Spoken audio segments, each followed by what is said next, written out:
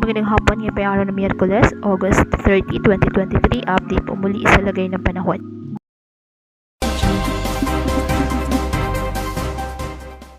Lumakas muli ang bagyong Gureng at bumalik sa Super Typhoon category at ngayon humahagupit sa extreme northern Luzon.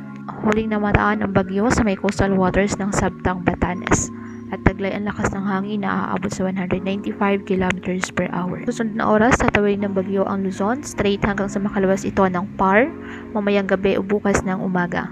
Kasabay ng paghagupit ng bagyo ang paglakas pa ng hangin habagat, apektado nito ang central at southern Luzon, Visayas at Mindanao.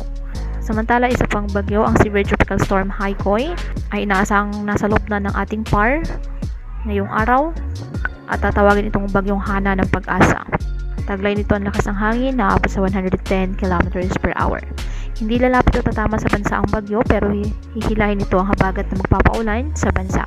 Kikilos ang bagyo pahilagang kanluran at nasa labas na ng PAR sa araw ng Biyernes.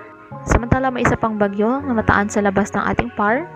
Ayon sa JMA, huling namata nito sa silangan ng Guam Islands.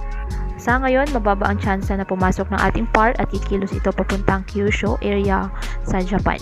Signal number 3, nakataas pa rin sa Batanes, the northern and western portion of Babuyan Islands. Signal number 2 sa the rest of Babuyan Islands, the northern portion of Ilocos Norte, the extreme northwestern portion of mainland Cagayan. Signal number 1 sa the northern and central portions of Cagayan, Apayao, the northern portion of Kalinga, the northern portion of Abra, the rest of Ilocos Norte, the extreme northern portion of Ilocos Sur. Kaya pinapayuhan ng ating mga kababayan na may maingat at maging alerto po sa mga posibleng pagbaha at pagguho ng lupa at ugaliin na magdala palagi ng payong o kahit anumang panangga sa ulan sa tuwing lalabas ng ating mga tahanan. At yan po muna ang update sa lagay ng panahon ngayong araw. Muli patuloy po tayo na mag-ingat at palaging tandaan, God loves you.